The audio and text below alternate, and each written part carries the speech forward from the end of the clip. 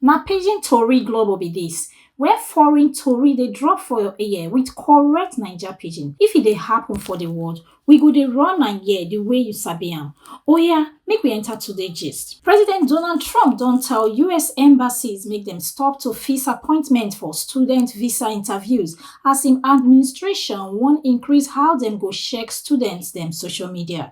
For memo wey Secretary of State Marco Rubio send embassies, e tok say di pause go last until further notice. Dem also plan to increase screening for both student and foreign exchange visa applicants. Dis move dey happen as Trump dey quarrel with big US universities like Harvard, say dem too left-wing, dey support anti-Semitism and no dey fair for admission. Only students wey don get interview date already fit still go ahead. Others wey never get appointment go wait until further info drop. US government also dey plan to expand wetin dem dey look for inside students social media, though dem never tok wetin exactly dem wan find. Before now, dem don dey target anytin wey dem believe say fit link to terrorism or pro-Palestinian support. Trump government also try block funding for universities, deport students and cancel thousands of visas, but court don stop many of those actions. Na Harvard don suffer pass, as Trump even try stop dem from enrolling international students or to bring foreign researchers, but one judge don block dat plan. Foreign students dey very important to many schools for US because dem dey pay higher school fees. If dis new plan go ahead, e fit wahala big schools well well. Tech boss Elon Musk don open mouth tok say e no happy at all with US President Donald Trump big beautiful tax and spending bill wey just waka pass House of Reps last week. Di bill wey promise multi-trillion-dollar tax break and strong defense spending still dey go Senate. But Musk, wey be Trump padi and former cost-cutting adviser, tell reporters say di bill dey undermine all di work wey him and im team do to reduce government spending. Musk say e shock am as e see say di bill go still increase budget deficit by like $600 billion. Di billionaire even throw shade say bill fit big or e fit fine. E no dey sure say e fit dey both at the same time. Di wahala still dey tear Trump Republican Party inside as some no gree with di spending plan, especially since e go ex ten d 2017 tax cuts and pump plenty money inside deportation and military budgets. Musk don dey cool down from politics lately, say e go reduce how e dey drop money for campaign matter and go focus on Tesla for di next 5 years. E still don comot body from DOGE, Department of Government Efficiency, wey dey push federal cost cutting. Na serious kasala dey brew for Trump camp, as even im tightest guys dey begin question the direction of money plans. Police still dey interrogate one 53-year-old man from West Derby, Liverpool, wey dem arrest after im allegedly drive car jam crowd for Liverpool Premier League victory parade on Monday. The man dey face serious matter, attempted murder, dangerous driving and driving under influence of drugs. Police tok say di Ford Galaxy car dodge roadblock as e follow ambulance wey dey respond to one heart attack case. Di accident happen for Water Street, but di road don open again dis morning. 11 pipo wey injure still dey hospital but dem stable. Police still dey do investigation sharp. Indonesia, wey be di biggest Muslim country for di world, don tok say dem fit start to dey relate with Israel, but only if Israel first gree make Palestinians become independent country. President Prabowo Subianto tok dis one as e stand with French President Emmanuel Macron. E tok say yes, Israel needs security, but Palestine too deserve freedom and independence. As e be now, Indonesia no get any diplomatic wahala or connection with Israel at all, but Prabowo don drop clear condition for change, make Israel recognize Palestine first. French President Emmanuel Macron don join Indonesia tok say di only way peace fit reign for Middle East na to give both Israel and Palestine their own states. As e dey tok from Indonesia, Macron make am clear say e no get any double standard for how France dey handle di matter. E say na political solution go bring lasting peace. Macron still reveal say France go join body with Saudi Arabia soon do one Gaza conference for New York. Di aim na to push di idea to recognize both Palestinian state and Israel right to live in peace for that area. Inside report wey Reuters carry, Diplomats dey believe say Macron dey reason to recognize Palestinian state soon, even if e go vex Israel and cause kasala among Western countries. UNRWA Oga Philippe Lazzarini don fire US and Israel for the kind way dem take run aid for Gaza through di controversial Gaza Humanitarian Foundation (GHF). As e dey tok for Tokyo, Lazzarini say to dey use food and aid take pressure pipo politically or militarily no go solve Gaza wahala. E also tok about di gbege wey happen on Tuesday where Israeli soldiers shoot hungry Palestinians wey rush go aid centre. Lazzarini describe di scene as chaotic, shameful and dangerous. E say di current US-Israel system na distraction wey dey waste resources. According to am, UNRWA and oda aid pipo for Gaza dey ready and get beta structure to distribute help. Australia opposition parties, the Liberal and Nationals don join body again just 1 week after dem break up dia long-time political relationship. The two party leaders, Susan Ley from Liberal and David Littleproud from National, settle dia differences and announce say dem don form new shadow cabinet together. Last Tuesday, Littleproud tok say dem no gree on some important policy matter na why dem break up, but e be like say dem don settle everything now. Littleproud tok say di focus now na to hold Prime Minister Anthony Albanese and di Labour government accountable, say e dey important for democracy. Ley come add say di coalition go strong well now, say dem don come together again and dem ready to represent di Australian pipo. Political experts believe say di break up and make up na smart move to get more voice for Littleproud party. Dem even predict say di reunion go happen soon. Princess Ingrid Alexandra of Norway, wey be second in line to di throne, don waka go Australia go begin her university waka for University of Sydney. Di 21-year-old princess go start school for August and she go study international relations and political economy according to Norway Royal House. She go dey live like regular student inside campus hostel and go dey study full-time, na wetin university spokesperson tok be dat. Princess Ingrid na granddaughter of King Harald and her papa na Crown Prince Haakon.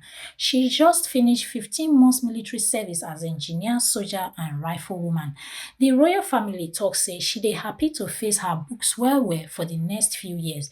University of Sydney Vice President Christine Andrews say dem dey ready to welcome the princess and dem hope say she go enjoy the fine school environment, clubs and plenty Sydney enjoyment wey dey nearby. Her royal bio tok say she get passion for climate change and how to protect environment, so she no just fine, she get brain and care about beta world too. One former college principal for Odisha, Punjiha Meher, 56, don get life prison after court find am guilty say na im send wedding parcel bomb wey kill newlywed man and im great-aunt for 2018. The tori wey shock the whole India start for Patnagar for India. Just 5 days after Soumya Shekhar Sahu, 26-year-old software guy, marry Rima, one package show for their house. Dem think say na wedding gift from person wey dey Liverpool, over 230 kilometers away. But as Soumya opened the parcel, boom! The bomb blast kill am and im 85-year-old grand-aunt, Jemimani Sahu. Rima, wey open am first, survive, but she suffer burns, eardrum puncture and serious trauma. Police begin dig the matter and later arrest Punjila Meher, wey be teacher and former principal where Soumya mama dey work. Dem say na beef and career wahala push am plan the wicked move. Meher use fake name SK Sharma and even travel go far place wey no get CCTV to post the bomb through courier. Na jute thread dem take wrap am and na the bomb explode once dem pull the rope. For long, police no get clue until one anonymous letter reach police hand wey claim say na SK Sinha send the bomb and talk about betrayal and money matter.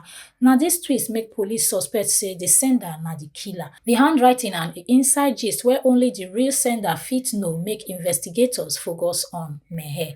Even though court agree say the crime wicked well, dem say e no reach level for death sen ten ce, so na life jail na im dem head go serve. According to di report, di bomb travel pass multiple hands and over 650 kilometers before e land for di victims kitchen. Na serious wahala wey shake India dat year, but now di wahala don close with justice. Brazil don sue one big Chinese electric motor company, BYD, plus two of dia contractors say dem treat 220 Chinese workers like slaves for factory site wey dem dey build for Kamakari, Bahia. Brazil labour prosecutors MPT say dem rescue di workers after pesin wey no show face drop complaint. Di workers dey live under hard condition. 31 pipo dey share one toilet, no mattress, and hygiene wahala full ground. Prosecutors tok say BYD and di oda companies seize workers' passport, dey make dem work crazy hours without rest, and dem even hold 70% of dia salary. Some even need pay plenty money to comot from di job. Di government don stop construction since last year. Now, MPT dey demand 257 million reals, about $45.5 million as compensation. BYD never tok anything now, but dem don tok before say dem no dey tolerate human rights abuse. Di factory suppose start work by March 2025 and na BYD first EV plant outside Asia. Di company wey beat Tesla for Europe says recently don dey try expand reach outside Brazil since dem open factory for Sao Paulo for 2015. Slovakia don gree make dem sell brown bear meat give public even though di animals still dey under protection for EU. Di wahala start after some bears begin attack pipo for bush wey even lead to death. So government say dem go shoot about 350 bears out of di 1,300 wey dey for di country. Prime Minister Robert Fico tok say pipo no fit dey live for fear, say dem no fit dey fear to enter forest. Now, di bear meat wey dem go kill go soon enter market from next week as long as e meet all legal and hygiene rules. Minister Philip Kuta tok say e no make sense to just dey waste bear meat. E say bear meat dey edible, so make pipo chop am. But environmental groups and opposition politicians no happy at all. Dem say di plan na wahala because brown bear na near threatened species. Some say di killing no dey help reduce attack and e go against EU law. Even though government dey claim say bear population don too plenty, critics say make dem focus on prevention instead of mass killing. Slovakia na second after Romania for bear attacks for Europe, and from di year 2000 to 2020, dem record 54 bear wahala. Di attack rate don rise to about 10 per year. Now, everybody dey wait to see whether European Commission go chook mouth for di matter. But one thing dey clear say bear meat don enter menu for Slovakia. One small village for Oxfordshire, East Hendred near Wantage, don celebrate dia parish church clock wey don dey keep time for 500 years straight. Di clock wey dem put for St. Augustine's Church when King Henry VIII still dey rule no get face or hand. Instead, e dey ring bell every quarter hour to show time. Di clock na di oldest for Britain wey still dey original position. Tour captain Nigel Findlay tok say back then, di installation of di clock bin cause serious excitement. Apart from di ringing time, di clock also get one big Carlton-like musical box wey dey play angel song 4 times daily, starting from 9 a.m. For 2015, wahala bin happen when one of di bell hammers fall enter di mechanism, jam di clock and stop am from working. And Papenham, secretary for di church council, tok say di silence be like say dem lose friend. She say as dem dey work for garden, di bell dey help dem dey know time, say dem miss am well well. After full renovation and repair, dem add better upgrade, one mechanized winding system so dat nobody go need to climb di narrow staircase again to go wind am by hand. Now di clock don dey work normal again and di whole village dey happy. And di last one for today, Namibia don mark di first ever Genocide Remembrance Day to honor di over 70,000 Ovairero and Nama pipo wey German colonizers kill between 1904 and 1908. Di massacre na di first genocide of the 20th century and historians dey call am Germany's forgotten genocide. Dem use concentration camps and fake science to torture and kill Africans wey no gree give up their land and cattle. Di Remembrance Day go hold every 28 May, di same day wey Germans announce say dem don dey close di camps for 1907 after dem face international dragging. Di new public holiday na part of Namibia's journey of healing and go include candlelight vigil, and minute silence for Windhoek. Germany bin offer €1.1 billion development aid spread over 30 years, but e no include formal apology or clear mention of reparations, and plenty Namibians vex say the deal na wash. Activists still dey push make Germany return stolen lands and pay full compensation. The genocide start when German officer Lothar von Trotha order make dem kill everybody, man, woman and pikin, no prisoner at all. People work, die inside camps, and Germans even carry bones go back to Europe for racist experiment. Some of the remains don later come back to Namibia. Namibia still dey call out Germany for double standards, especially after Germany supports Israel against genocide accusation for UN, while dem never still fully atone for wetin dem do for Namibia soil. Na the tori be that for today, and na Rebecca Goffey dey report for Pidgin Tori Global. Una do well.